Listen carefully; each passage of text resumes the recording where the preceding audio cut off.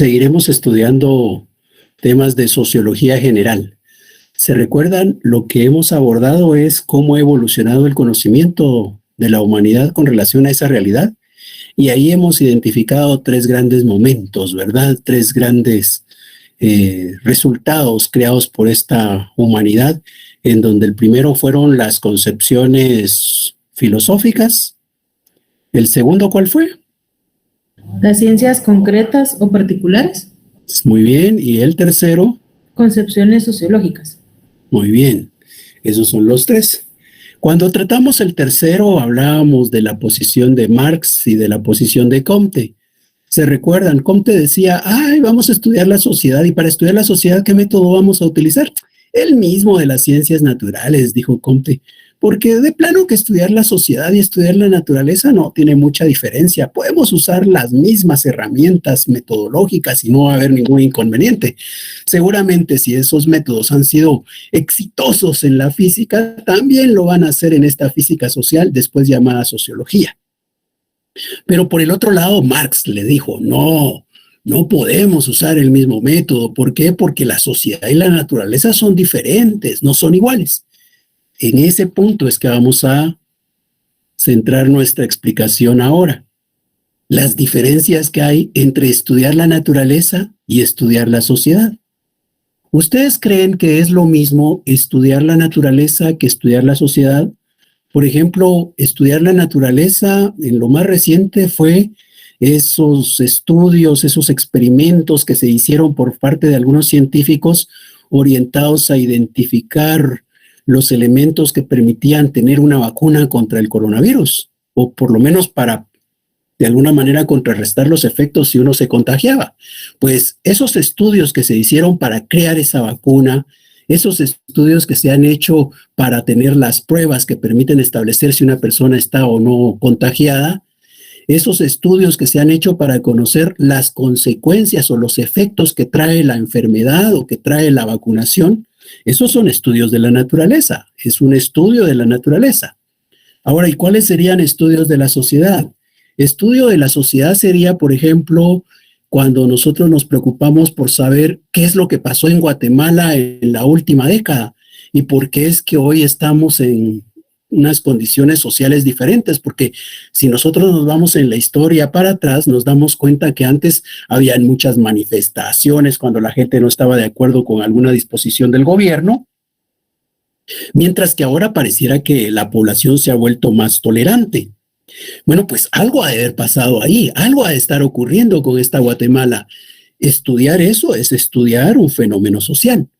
O, por ejemplo, alguien podría decir, yo estoy preocupado de los motivos por los cuales hay una guerra entre Ucrania y Rusia. Y entonces habrá que centrar la atención en Ucrania y Rusia, conocer las causas que pudieron provocar ese conflicto, por qué hoy están en conflicto y qué va a pasar con este conflicto. Eso sería estar estudiando la sociedad. Nos damos cuenta. Estudiar qué está pasando en Guatemala, estudiar qué está pasando allá entre Rusia y Ucrania, eso es estudiar la sociedad. Mientras que los otros ejemplos que dimos eran estudiar la naturaleza. Así, con esos ejemplos, ¿ustedes distinguen algunas diferencias entre estudiar la naturaleza y estudiar la sociedad? ¿O creen que realmente no hay diferencias? Pienso que sí, licenciado, hay diferencias. ¿Cuáles diferencias creería Ari que hay? Porque, por ejemplo, como usted menciona, ¿verdad? En las ciencias pues naturales, más que todo se mira lo de la naturaleza, los animales, y los ríos y todo eso, ¿verdad? Y la sociología pues se centra más que todo en la sociedad. Muchas gracias, Ari. ¿Alguien más? Los hechos históricos que surgen en determinada época. Sí, ¿cuál es la diferencia entre estudiar la sociedad y estudiar la naturaleza? Lisette Álvarez. Licenciado, que se estudia el comportamiento de los humanos en cómo viven en conjunto en la sociedad, y las ciencias naturales a todo lo que ya está, todo lo que comprende la naturaleza. Muy bien. José Mariano. Buenas tardes, Lick. Buenas tardes. Principalmente, el estudiar la naturaleza es estudiar los procesos biológicos que tiene esta, es decir, estudiamos ya unas reglas, unos como regímenes o procesos ya establecidos, que solo tenemos que ver, analizar y ver qué cosas nuevas podemos encontrar o qué más podemos encontrar de nuevo, porque ya es un orden, ya son especies o grupos de especies que ya hemos estudiado. En cambio, estudiar a la sociedad, cada persona es diferente, cada grupo social es diferente. Entonces, estudiar a la sociedad como estudiar a la naturaleza no es posible ni factible, porque no podemos agarrar estos procesos formales o rigurosos para estudiar a una especie biológica como para estudiar a un grupo determinado de la sociedad. Aparte, que como personas, como humanos, tenemos la capacidad de pensar y de crear conocimiento. Esto de pensar y crear conocimiento hace que toda la sociedad cambie de una forma radical o escalonada en cierta época del tiempo, que va cambiando a la sociedad en sí, desde una determinada época a otra. Por lo tanto, no podemos estudiar como estudiar el desarrollo de una especie o de los árboles, etcétera, a estudiar el desarrollo de la sociedad en el año 1500 hasta ahora, porque obviamente ya todo ha cambiado, toda la sociedad en sí, los aspectos o contextos en los cuales como sociedad nos desenvolvemos ya ha cambiado. Sin embargo, hay un filósofo, no recuerdo bien el nombre, que decía una teoría en la cual podríamos establecer el estudio de la naturaleza a la sociedad, porque realmente estudiar a la sociedad es un trabajo bastante complicado, por lo mismo de que todos somos diferentes, todo grupo social es diferente. Entonces, extraer una muestra de cada grupo social y estudiarlo conforme estudiamos a los procesos naturales puede darnos una respuesta aún más directa o clara de lo que tenemos que hacer como sociedad para crecer socialmente, ¿va? Pero esta sí es una teoría bastante como nueva, siento yo, no la había escuchado. Sin embargo, este es mi razonamiento, ¿por qué no podemos estudiar a la sociedad como la naturaleza? Sin embargo, habría una pauta también de que podemos analizar el proceso de estudiar a la sociedad con la naturaleza, pero bajo lineamientos estrictamente estudiados. Ya, muchas gracias, José Mariano. Sí, Nuria Maldonado. Gracias, Lique. Buenas tardes. Yo creo que la diferencia radica bueno, las dos son ciencias, pero cada una tiene un objeto, una finalidad, una teoría que lo sustenta, leyes, ¿verdad? Propias. Entonces, lo que usted nos enseñaba en una de las clases, ¿verdad? Cuando Comte dijo, le vamos a llamar la sociología de la física. Y de ahí se dieron cuenta que no se podían trasladar la teoría, ¿verdad? La ciencia de la física no se podía trasladar a la sociedad, ¿verdad? A los seres humanos. Entonces, creo que las diferencias radican en su objeto de estudio, ¿verdad?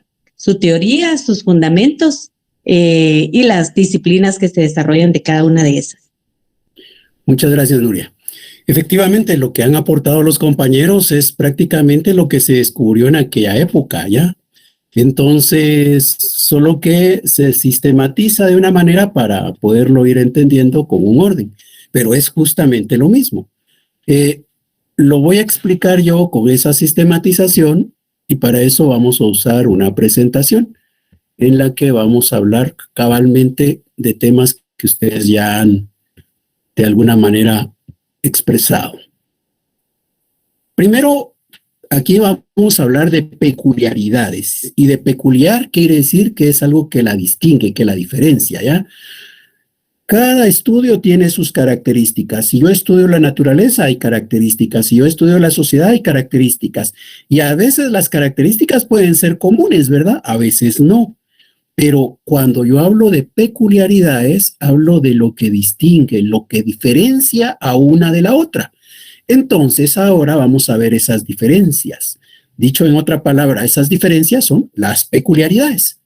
Y esas peculiaridades vamos a darnos cuenta que traen problemas. Eso de ser diferente hace que haya problema, que encontremos una dificultad en el conocimiento de la sociedad. Entonces veamos ahora. Una primer peculiaridad. Aquí estamos comparando la naturaleza con la sociedad.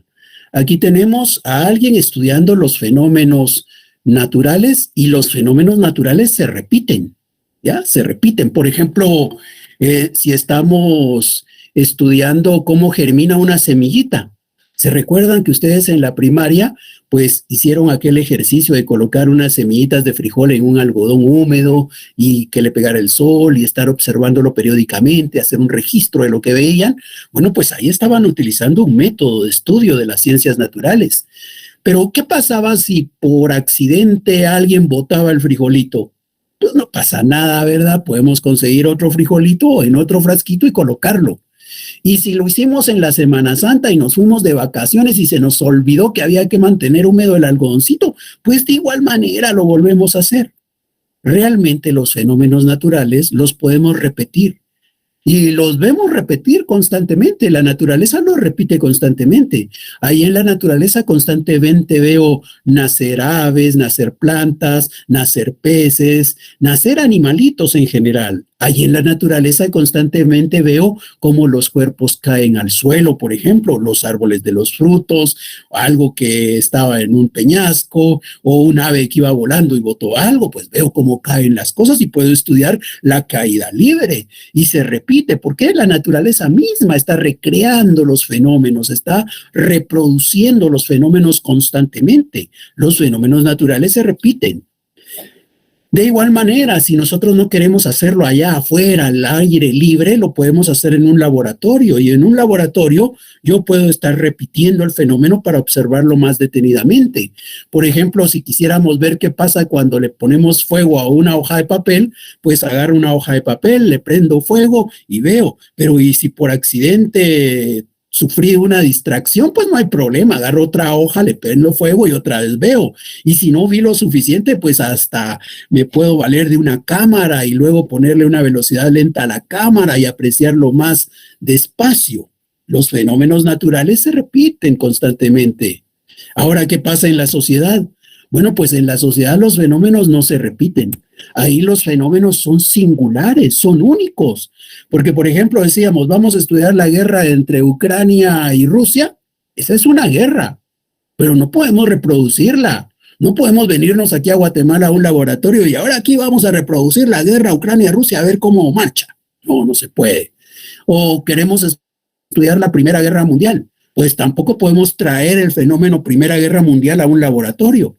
Pero tampoco lo podemos repetir. Es que no lo vimos bien, hagámoslo de nuevo. Si lo hacemos de nuevo, ya no es la Primera Guerra, es la Segunda Guerra Mundial.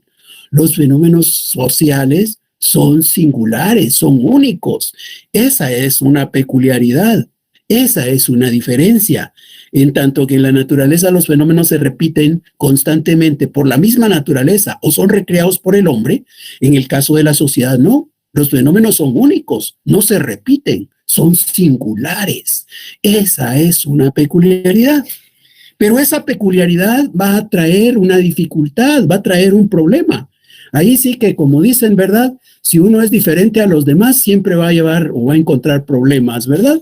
Cuando uno es igual a todos, pues lo aceptan, no hay rechazo y no tiene inconvenientes, pero cuando alguien es distinto a los demás, normalmente enfrenta problemas, ¿verdad? Esto lo mismo ocurre acá.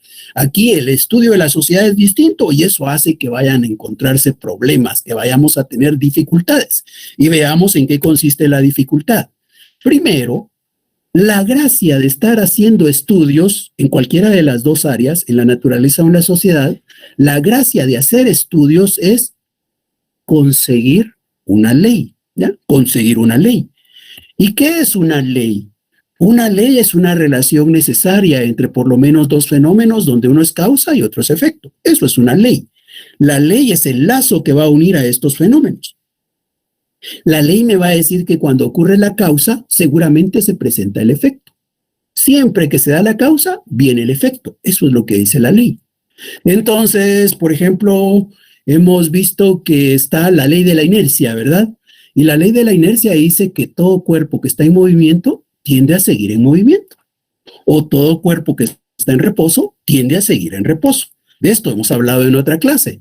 Y decíamos, vamos en el bus, ¿verdad? Vamos agarrados del tubo y de repente el piloto mete al fondo el freno.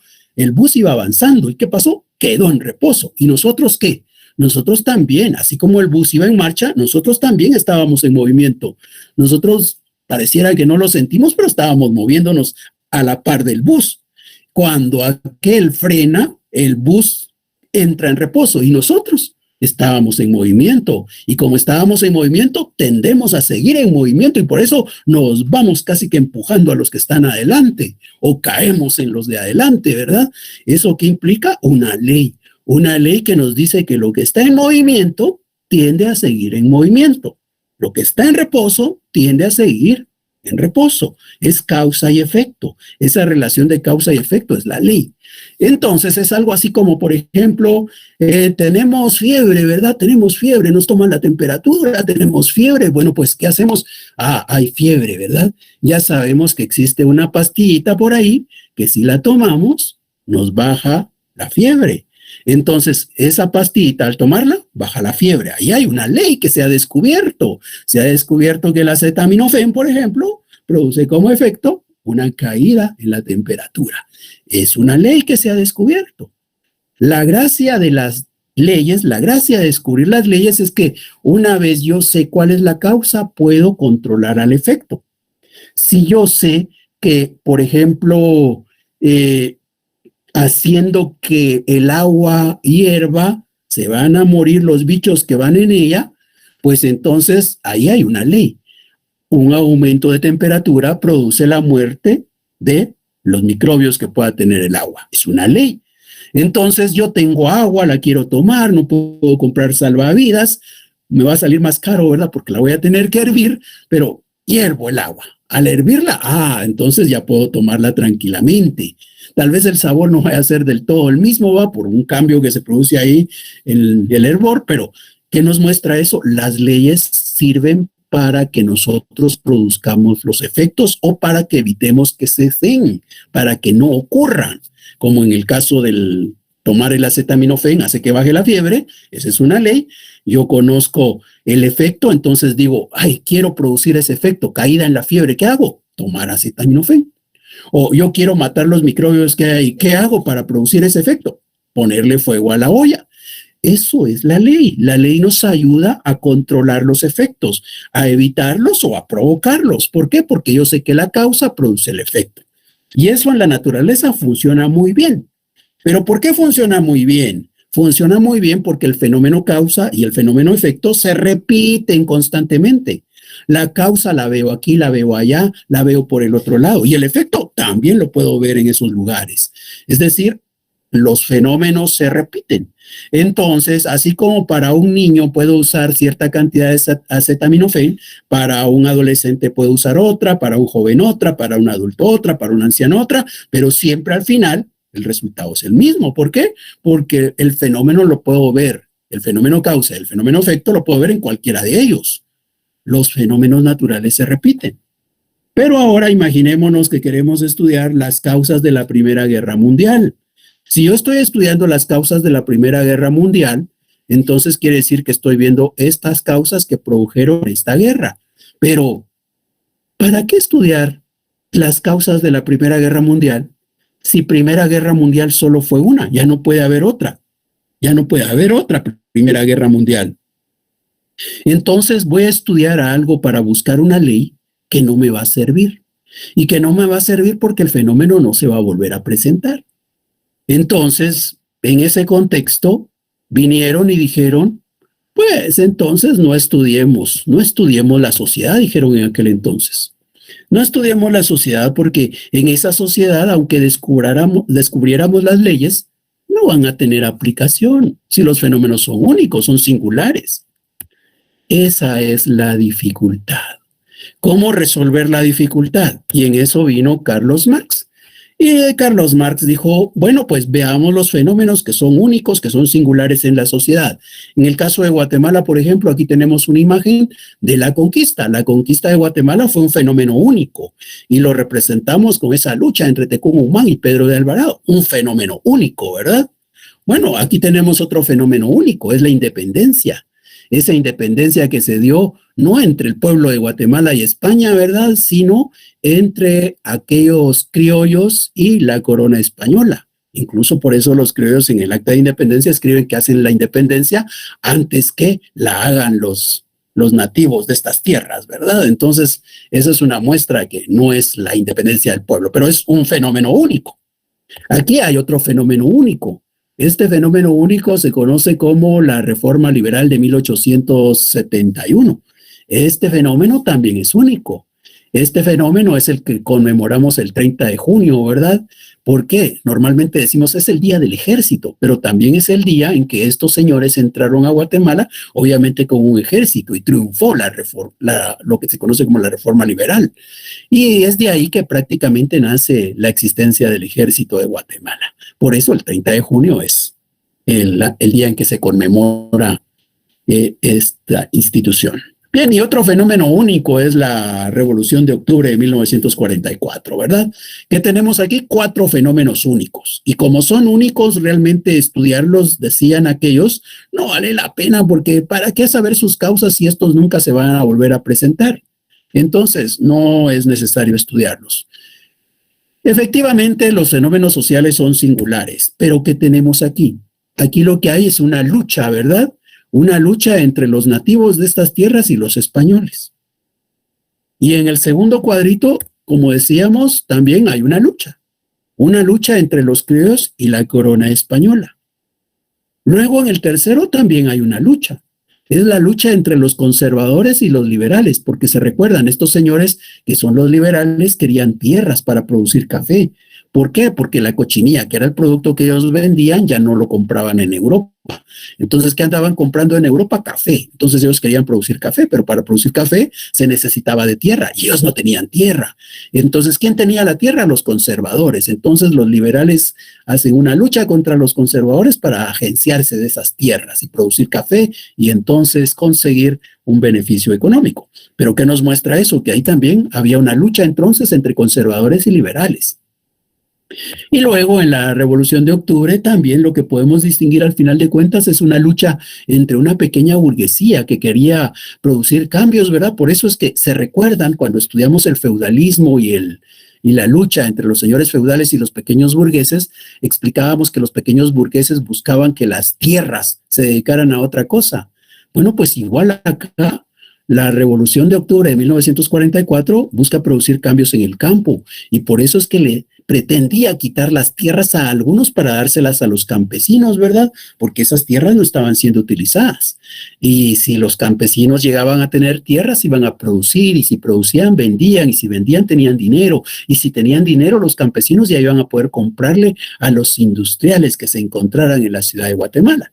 Bueno, pues ahí lo que tenemos es esa lucha, esa pequeña burguesía que se alió a los trabajadores y a los campesinos para luchar en contra de los terratenientes. Bueno, eso es lo que tenemos. 4 fenómenos únicos, 4 fenómenos sociales singulares, como bien dice la teoría, ¿verdad?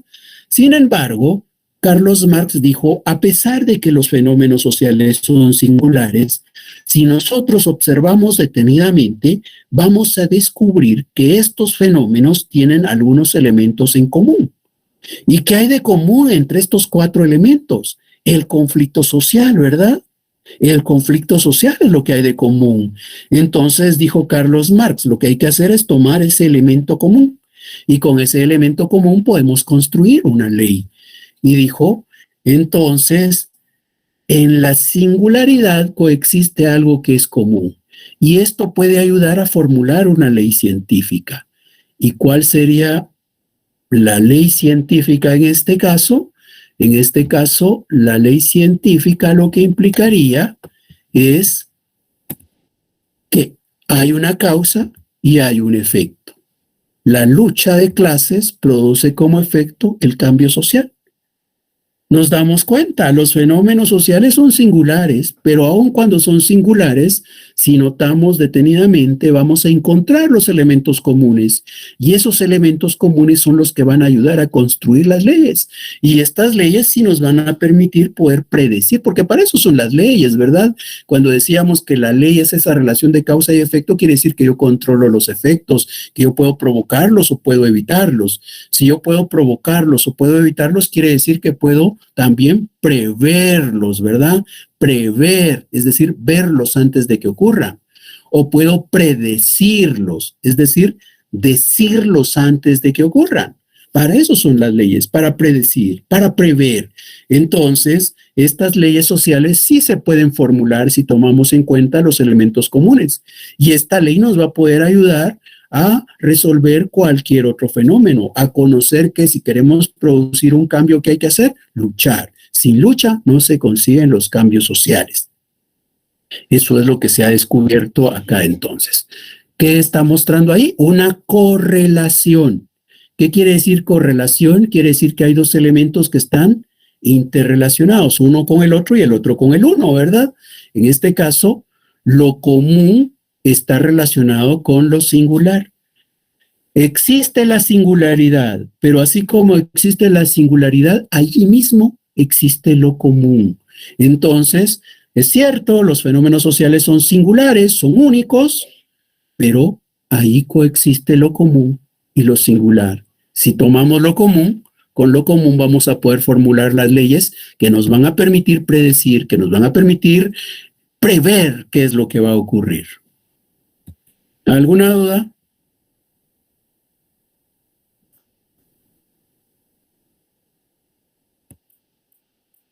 Bien. Segunda peculiaridad, la naturaleza y la sociedad otra vez comparadas. Y esto tiene relación con algo que dijeron los compañeros antes, ¿verdad? Decían ellos, ¿verdad? Que está el sujeto y está el arbolito allá afuera, los peces, los ríos, todo eso está allá afuera. El sujeto que va a investigar y el objeto que se va a investigar. El sujeto y el objeto están separados. Nosotros estudiando las hojitas, nosotros estudiando los animalitos, nosotros estudiando las mariposas, nosotros estudiando el agua, estamos nosotros y está la naturaleza, bien separados, sujeto y objeto de estudio separados. Ahora, ¿qué pasa en la sociedad? Bueno, pues resulta que en la sociedad, el sujeto que está haciendo la investigación, el sujeto cognoscente, forma parte del objeto. Yo soy parte de la sociedad y yo, parte de la sociedad, yo, sujeto que formo parte de esta sociedad, vengo y estudio la sociedad. Entonces me estoy estudiando a mí mismo, formo parte del objeto de estudio. El sujeto forma parte del objeto de estudio, el sujeto cognoscente forma parte del objeto de estudio. Nos damos cuenta y esa es una peculiaridad. Es una peculiaridad y esa peculiaridad, como hemos dicho, va a traer una dificultad. ¿Y en qué consiste la dificultad? Dice la explicación. En la naturaleza, como yo no formo parte del objeto, quiere decir que lo que pasa en el objeto no depende de mí, no depende de mi voluntad. Ocurre quiera o no quiera. Que ese fruto germine, que esa semillita germine, que esa semilla germine, es algo que no depende de mí. Es algo que no depende de mi voluntad o de mi conocimiento, de mi conciencia. Es algo que va a pasar ahí, ajeno a mí, es independiente. Y por eso puedo descubrir leyes que yo no puedo modificar, que yo no puedo alterar, que yo lo que hago es usarlas, pero no transformarlas. Ahora, ¿qué pasa en la sociedad? En la sociedad lo que pasa, al parecer, depende de nosotros. ¿Qué va a pasar en esta sociedad? Depende de lo que hagamos, ¿verdad? Entonces, de repente estamos así porque, por ejemplo, ¿por qué estamos así en Guatemala? Porque el presidente Yamatei ha tomado las decisiones que ha tomado. ¿Por qué hay una guerra entre Ucrania y Rusia? Porque Putin de plano, ¿verdad?, ha tomado sus decisiones y por eso es. Entonces, quiere decir que las cosas dependen de Putin, no es de una ley, ¿verdad? No hay una ley científica que diga, si pasa esto, entonces viene la guerra. No, es la voluntad de Putin. Si Putin hubiera querido, no hubiera hecho la guerra. Si Yamatei fuera más consciente, entonces de repente lograría apoyar más a la población de escasos recursos y este país avanzara en una mejor senda. Pero como ha sido un poco negligente, ¿verdad? Entonces las cosas como que no están marchando muy bien. Entonces, ¿qué quiere decir eso? Que depende de la voluntad del presidente. O, por ejemplo, por ahí hay una noticia relacionada con un paso a desnivel que construyeron allá en San Miguel Petapa. Y hay, por ahí postearon un bus que cabalmente se quedó atrapado en el Arriate Central. Entonces, ¿qué? Pues ahí hay un problema, y ese problema de plano que es porque el alcalde construyó el puente, o de plano que es porque el piloto no supo conducir. Pero entonces pareciera que las cosas que ocurren en la sociedad dependen de cada uno, dependen de las personas. Y como dependen de las personas, quiere decir que son subjetivas, porque si usted quiere, pasan, y si no quiere, no pasan. Usted es el que tiene el control. Entonces, ¿tiene gracia la existencia de las leyes sociales? No, ¿por qué? Porque se da la causa, va a darse el efecto. Si quiero, sí, y si no quiero, no. Entonces, ¿para qué la ley? Si la ley lo que nos dice es que una vez ocurre la causa, tiene que pasar el efecto. Por eso la ley es un nexo necesario. Si se da la causa, tiene que ocurrir el efecto. Y eso en la naturaleza se cumple irremediablemente. Pero en la sociedad entonces pareciera que no se va a cumplir. Porque se dio la causa, ¿va a ocurrir el efecto? Depende, preguntémosle, ¿quiere usted que pase o no? Sí quiere, bueno, pasa. ¿Y usted qué dice? No, no quiere, entonces no va a pasar. Así pareciera que son las cosas en la sociedad, que dependen de las personas, que son subjetivas las cosas. Entonces no tiene sentido hablar de una ley, no tiene sentido considerar las leyes sociales. No vale la pena estudiar la sociedad, dijeron, porque en esta sociedad lo que pasa no obedece a leyes sociohistóricas, sino a la voluntad de las personas. Bueno, y en ese contexto hay dos posiciones. Una se conoce como voluntarismo. El voluntarismo reconoce eso, reconoce que efectivamente todo lo que pasa depende de nosotros. Es aquello de que le dicen, si tú quieres, puedes, ¿ya? Si tú quieres, puedes. Entonces, no estés pensando que te va a ir mal, no estés pensando que no vas a poder, no estés pensando que vas a perder. Piensa que vas a ganar y seguramente alcanzas el triunfo. Si tú quieres, puedes, ¿ya? Algunas veces funciona, ¿verdad? Algunas veces funciona. Decimos, ay, ¿por qué perdió la selección? Porque sin ganas juegan. Esos no quieren ganar. ¿Cómo no quieren ganar? ¿Qué? Van a perder. Entonces, ¿qué muestra eso? La posición voluntarista. En el voluntarismo las cosas pasan si uno quiere. Si usted quiere, las cosas pasan. Y eso es prácticamente el problema que estamos viendo en la sociedad, ¿verdad? Que pareciera que así son las cosas. Pareciera que así son. Pero ¿están todos de acuerdo en que el voluntarismo es realmente lo que ocurre en la sociedad? ¿Que todo lo que pasa obedece a la voluntad de cada persona? Pues no, hay otra posición. Otra posición que dice, no, las cosas no es así. No es aquello de que si, digamos, como ocurrió a hombre de poca fe, le dijeron a aquel señor que vaya, camina sobre el agua, mira, sí se puede caminar. Voluntarismo, ¿verdad? Si tú quieres vas a poder caminar sobre el agua. Y dijo, no, señor, yo no voy a caminar sobre el agua. Si camino sobre el agua me voy a caer, me voy a morir, me voy a ahogar. Hombre de poca fe, le dijeron. Pero esa posición, ¿cuál sería? Voluntarismo. Si tú crees, puedes. Ten fe y lo vas a lograr. Voluntarismo. La otra posición se llama fatalista.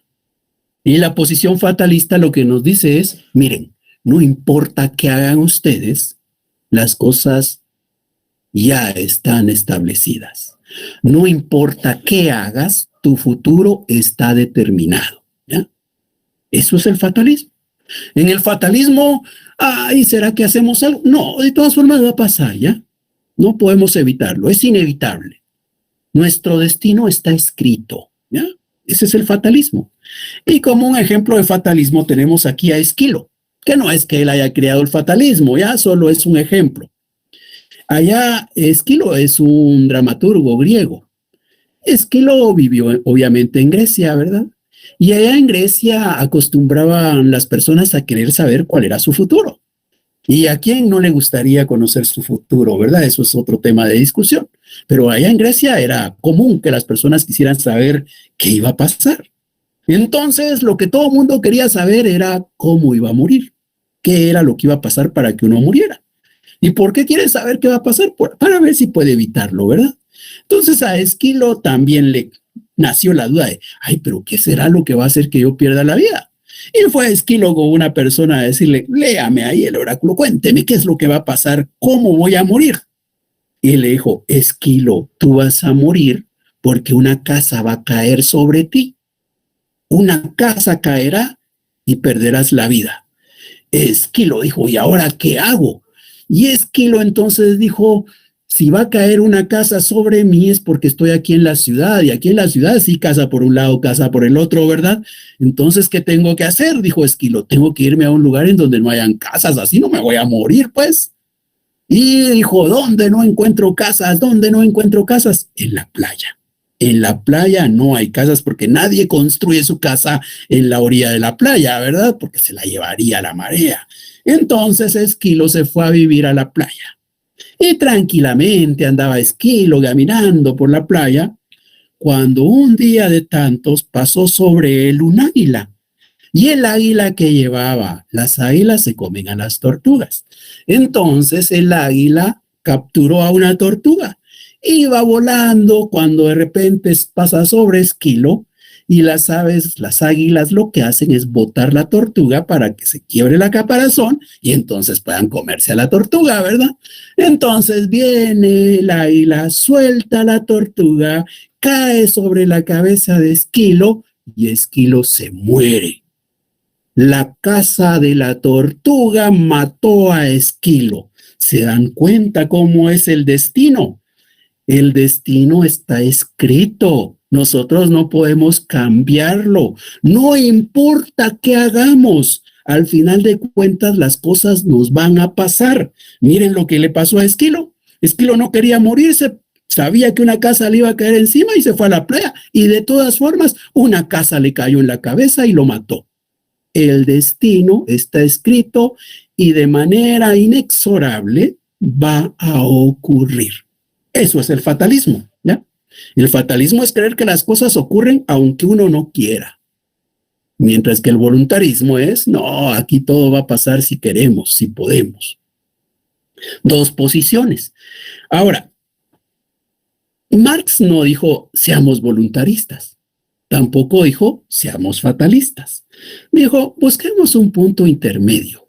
Y ese punto intermedio se conoce como principio de actividad. Y en ese punto intermedio dijo, miren, aquí hay un camino. Y sobre ese camino vamos a avanzar nosotros. Nosotros no podemos cambiar de camino. O sea, nosotros no podemos crear un camino, pero sí podemos decidir por qué parte del camino vamos a avanzar. Es algo así como que fuéramos por el anillo periférico, ¿verdad? El anillo periférico tiene 3 carriles. Nosotros vamos de la ciudad universitaria a la zona 1. Vamos de la ciudad universitaria a la zona 1 y resulta que para ir por el periférico de la ciudad universitaria a la zona 1 no hay para dónde, ¿verdad? El periférico será. Pero, ¿en cuál carril te vas a ir? ¿Te vas a ir en el más despacio o te vas a ir en el de la izquierda que es más rápido? ¿En cuál te vas a ir? Eso depende de cada uno, ¿verdad? ¿Qué quiere decir? El periférico como tal, la carretera está establecida, está definida. Es, digamos, el punto fatalista, porque no podemos cambiar el camino. Lo que podemos modificar es el punto en el camino que vamos a avanzar, la velocidad con que vamos a avanzar. Entonces, ahí hay una combinación. El camino como tal es el fatalismo y el carril que tomemos es el voluntarismo. Entonces, la unión de ese voluntarismo y ese fatalismo se da en esto que se conoce como principio de actividad, que es lo que Marx está diciendo. Entonces, para el materialismo histórico de Carlos Marx, Federico Engels y Lenin, no podemos ser voluntaristas, no podemos ser fatalistas, pero hay un principio de actividad que lo que hace es combinar ambos elementos. Y entre esos elementos es que vamos a avanzar. Bueno, pues entonces volvemos a nuestra situación, ¿verdad? Decíamos que, entonces, ¿qué pasa?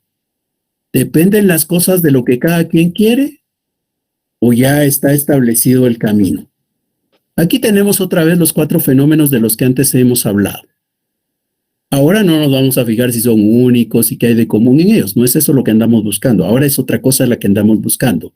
Andamos buscando conocer si estos fenómenos ocurrieron por la voluntad de las personas o por otros motivos que no dependían de la voluntad de la persona. Por ejemplo, en el primer caso, lo que tenemos es elementos subjetivos, como en todos los demás, ¿verdad?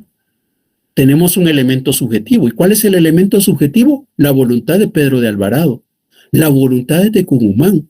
Ahí está la voluntad de los dos. ¿Ya? Hay una voluntad de cada uno de los lados. Pero así como hay una voluntad de cada uno de los lados, hay cosas que ninguno de ellos dos pudo controlar. ¿Ya? Hay cosas que ni uno de esos dos puede controlar. Igual ocurre en el segundo elemento. Ahí está la voluntad de cada uno de los próceres. Está la voluntad de quien representaba a la corona en ese momento. Esas voluntades no necesariamente eran coincidentes, pero resulta que aún cuando existe la voluntad de cada quien, hay cosas que ninguno de ellos dos podía controlar. Porque, como hemos dicho, ¿verdad? La verdad que en el fondo, ninguno de ellos dos quería hacer la independencia. Ninguno de ellos dos, sobre todo los que llamamos los próceres de la independencia, no querían hacer la independencia. La hicieron ¿por qué? La hicieron porque sentían que si ellos no lo hacían, la iba a hacer, ahí sí, el pueblo, los nativos, los indígenas. Entonces ellos dijeron, antes que aquellos se nos adelanten, mejor hagámoslo de una vez nosotros. Por eso después no sabían qué hacer y se unieron a Iturbide. Se dio la anexión a México. Pero nos damos cuenta, ahí estaba la voluntad de cada uno de ellos. Pero realmente la voluntad fue la que determinó qué pasó. O en el tercer caso, ahí tenemos la voluntad de Justo Rufino Barrios, la voluntad de Miguel García Granados. Pero también tenemos la voluntad de quien era la oposición, ¿verdad? Pero realmente la voluntad de alguno fue la que prevaleció. Realmente la voluntad, si las voluntades son contrarias, las voluntades son las que van a determinar qué va a pasar. O lo que ocurrió en el cuarto elemento, ¿verdad? Ahí tenemos la voluntad del cadete del pueblo, tenemos la voluntad de algún estudiante, la voluntad de algún campesino, la voluntad de un obrero, la voluntad de un terrateniente. Hay un conjunto de voluntades ahí, pero ni uno de ellos es capaz de controlar la voluntad de todos los demás. Entonces, ¿qué es lo que pasa? Lo que pasa es que efectivamente en los fenómenos sociales están presentes los elementos subjetivos, está la conciencia y la voluntad de cada persona, pero no es la voluntad de cada persona la que va a producir el cambio, porque entonces volvemos a los ejemplos de antes, ¿verdad? Podríamos decir, ay, Guatemala está así porque así está el presidente, ¿verdad? Es culpa del presidente que estemos así. ¿Por qué están subiendo todas las cosas de precio? Ah, porque el presidente no está haciendo nada. ¿Por qué hay tanta corrupción? Ah, porque el presidente lo está permitiendo. ¿Por qué no se persigue a los delincuentes? Ah, porque el presidente ha dicho que no. Entonces empezamos a creer que la voluntad de una persona es la que determina lo que ocurre en el mundo. Y eso es pensar que lo subjetivo es lo determinante. Es pensar que el voluntarismo de él es lo que cuenta. Y la verdad es que no. La verdad es que los elementos objetivos son los que debieran explicar lo que va a ocurrir. Y el elemento objetivo es aquello que una persona no puede controlar, aquello que diríamos está fuera de su círculo de influencia. Yo puedo controlar lo que yo digo, lo que yo siento, lo que yo pienso, lo que yo hago. Yo puedo controlar mis acciones, mis palabras, mis pensamientos. Eso lo puedo controlar, pero yo no puedo controlar las ideas de todos ustedes, los pensamientos de todos ustedes, los sentimientos de todos ustedes. Entonces, ¿qué quiere decir? Que mi acción, mi palabra, mi pensamiento es subjetivo, depende de mí. Pero los sentimientos, los pensamientos, las ideas de todos ustedes son objetivas, no dependen de mí, no las puedo controlar, son ajenas a mi voluntad. Eso es el elemento objetivo. El elemento objetivo es el que va a producir los cambios. ¿Y el elemento objetivo cuál es? El elemento objetivo es lo de la colectividad. la colectividad, que no está dada por una persona, sino por la colectividad. ¿Y la colectividad quiénes son? Las masas sociales. Entonces, lo que voy a lograr ver en esto no son las voluntades de cada persona, sino lo que voy a ver son las luchas de clases, los grupos organizados buscando defender sus intereses, que son los que producen los cambios sociales. Entonces, las cosas que están pasando en Guatemala no es porque el presidente, no es porque la señora fiscal, no es porque alguien en particular quiera, es porque todos nosotros lo permitimos, ¿ya? O sea, es el grupo el que hace que eso exista, no una persona. Y eso es válido para cualquier problema social que podamos estar investigando. Entonces, lo que dice el materialismo histórico es que cuando vamos a formular las leyes no estemos pensando o no estemos valorando lo que siente X, lo que piensa X, lo que cree X, sino lo que como masa social hacemos. Por eso es que la ley entonces va a referirse no a la voluntad de la persona o de alguien en particular, sino al movimiento que se hace, a la lucha de clases, que es la que provoca el cambio social. ¿Alguna duda?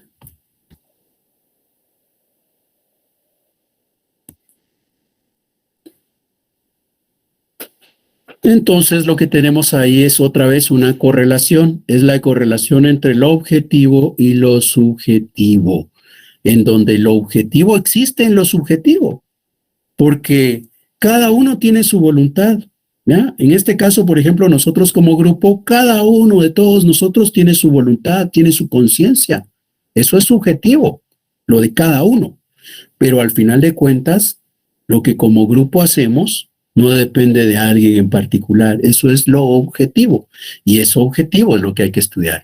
Existe lo objetivo y existe lo subjetivo, y están concatenados, están interrelacionados.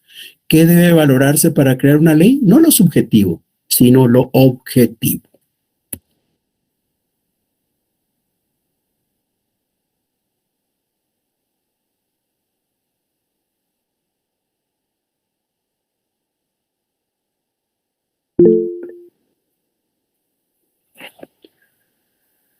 Sí, Lisette, por favor. Licenciado, una pregunta. Eso que nos acaba de explicar, ¿cómo se podría aplicar a la resolución de un juez?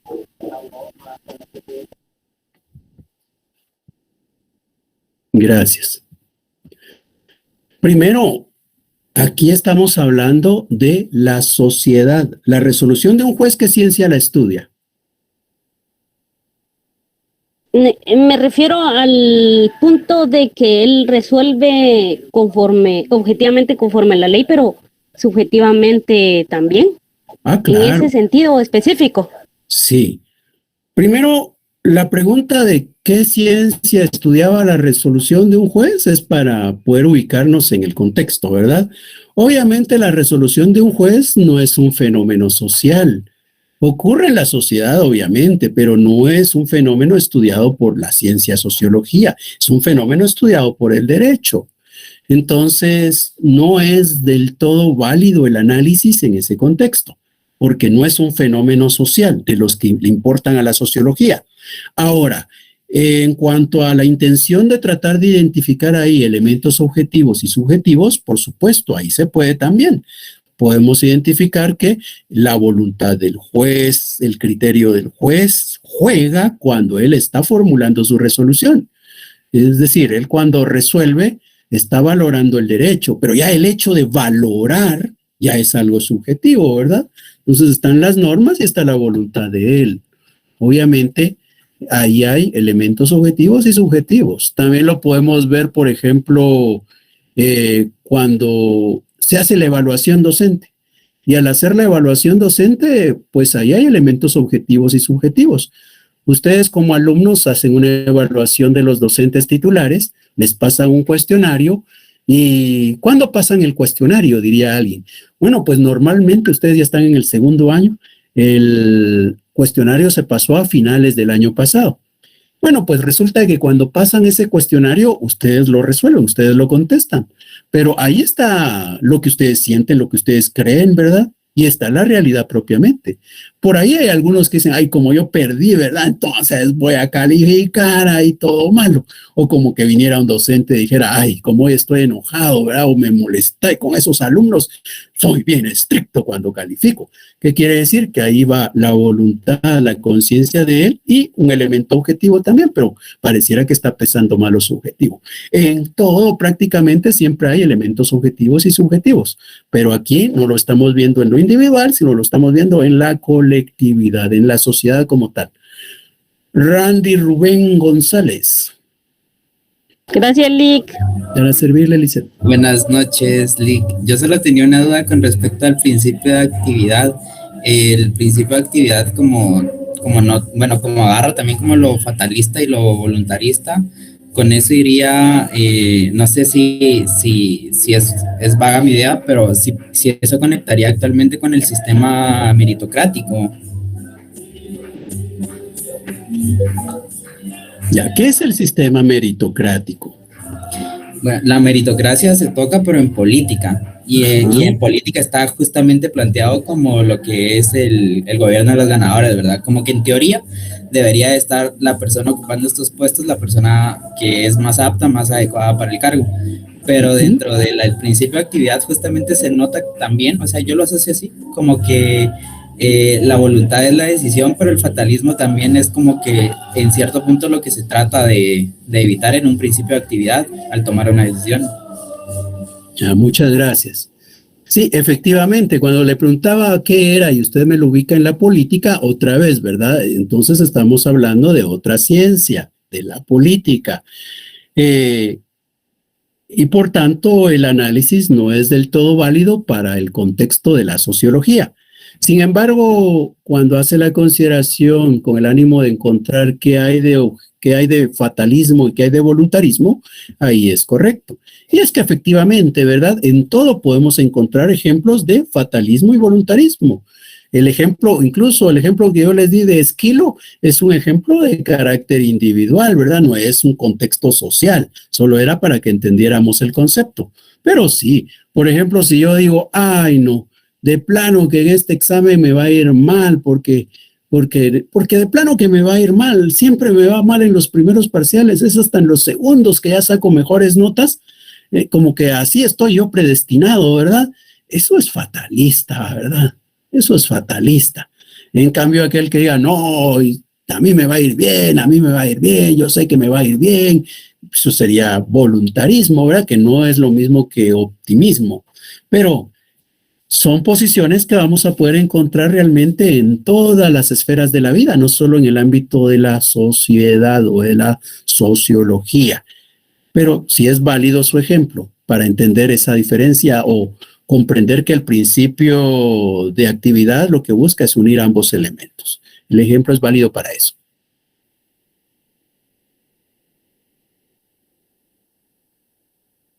Bien, si no hay dudas, entonces nos quedamos acá.